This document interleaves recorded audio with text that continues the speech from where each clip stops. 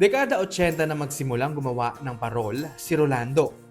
Hanggang ngayon, patuloy ang pagbuo niya ng iba't ibang klase ng parol Fernandino na patok hindi lang sa lalawigan kundi sa ibang bansa.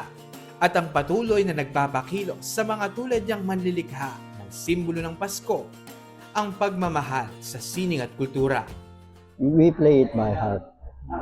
Kasi nga yung paggawa niya, very unique. Kaya nga yung nasabi ko, walang librong naisulat kasi walang formal system ng paggawa. Kanya-kanya kami ng sistema, pero at the end of the day, parol pa rin siya. Mula sa paggawa ng samot-saring hugis at laki ng mga kulay na parol, ang Lubenas na kinikilalang hinalinhan ng mga pista ng higanting parol at ang higit 100 taong tradisyon ng Giant Lantern Festival.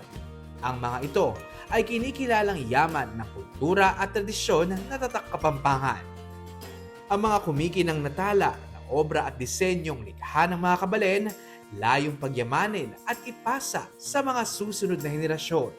Sa pamamagitan ng Arts, Culture and Tourism Office, ang pamahalaang panlalawigan ng Pampanga ay nagsagawa ng isang stakeholders consultation and workshop on safeguarding Christmas lantern traditions of Pampanga.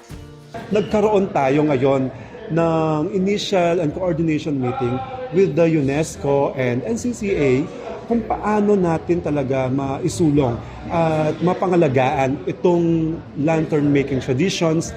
Sa ngalan ni Governor Dennis Delta Pineda, Vice Governor Lilian Nanay Pineda at Sangguniang Panlalawigan, nagpahayag ng suporta sa adhikain ng kultura si 1st District Board Member Winwin Garbo. This is such an important event, not just for the province but to our small communities as well and our industries that we have to preserve, and how these affect us as a community and a province as a whole.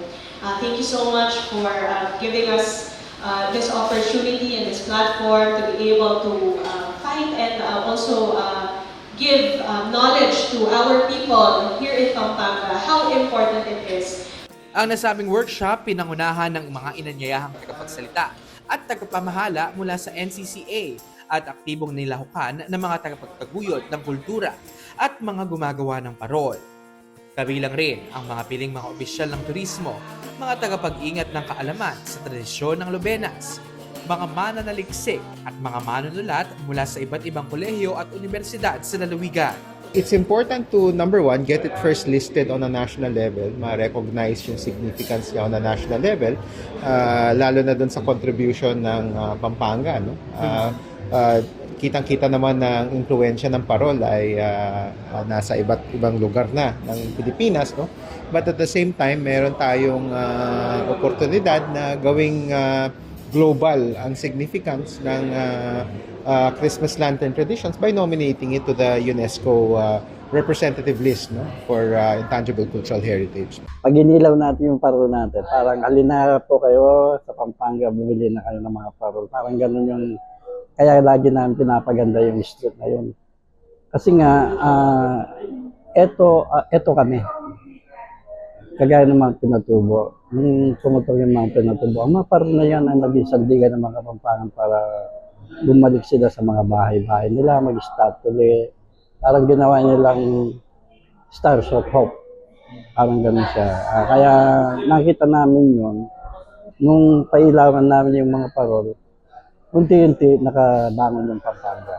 Sa pagtutulungan ng pamahalaan, mga alagad ng sining at ng komunidad, napapanatili ang diwanag ng tradisyon ng paggawa ng ipinagmamalaking mga parol ng lalawigan ng Pampanga.